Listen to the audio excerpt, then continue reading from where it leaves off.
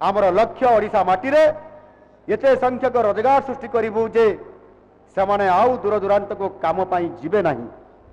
उदाहरण स्वरूप देशर प्रमुख टेक्सटाइल सेंटर जेपरिक सूरत, तिरुपुर, बनारस, अहमदाबाद रे प्राय 20 रु 30% ओडिया कारीगर आज कार्य करुछंती।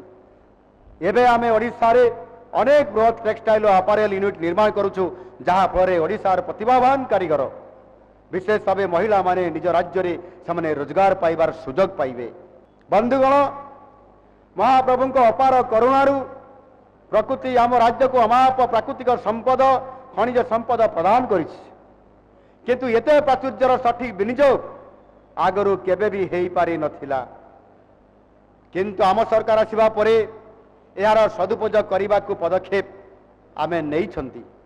केवल खनि और खनिज द्रव्य आधारित शिल्प आग को जाई आम सरकार टेक्सटाइल, फार्मास्यूटिकल, खाद्य प्रक्रियाकरण, semiconductor, artificial intelligence, tourism, IT इत्यादि क्षेत्र को मध्य गुरुत्व दौरान।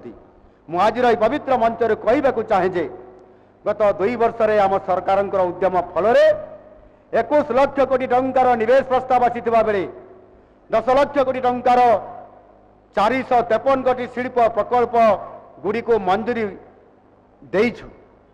एथि मध्यरु वर्तमान सुधा आम 3.5 लाख कोटी टंकार 152 प्रकल्प उद्घाटन तथा शिलान्यास मध्य करि सारिछु।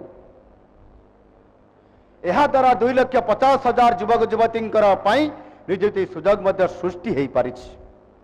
आज ओडिशा रे एक द्वितीय शिल्प विप्लव चली।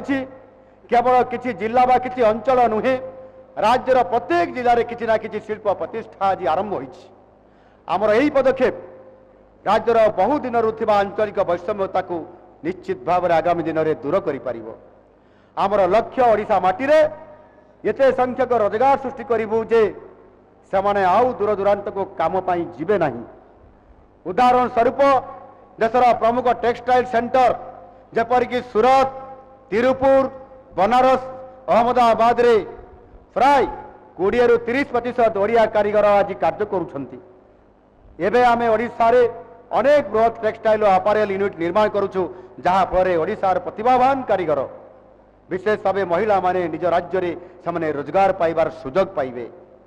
यही मॉडल अन्य सब क्षेत्र पाई मध्य प्रযোज्य। वर्तमान शिल्प क्षेत्र में जो निजुक्ति सृष्टि होइछि, सुजोग सृष्टि होइछि, ताहा राज्य रे ताहा रिवर्स माइग्रेशन आज आरंभ हेलानी।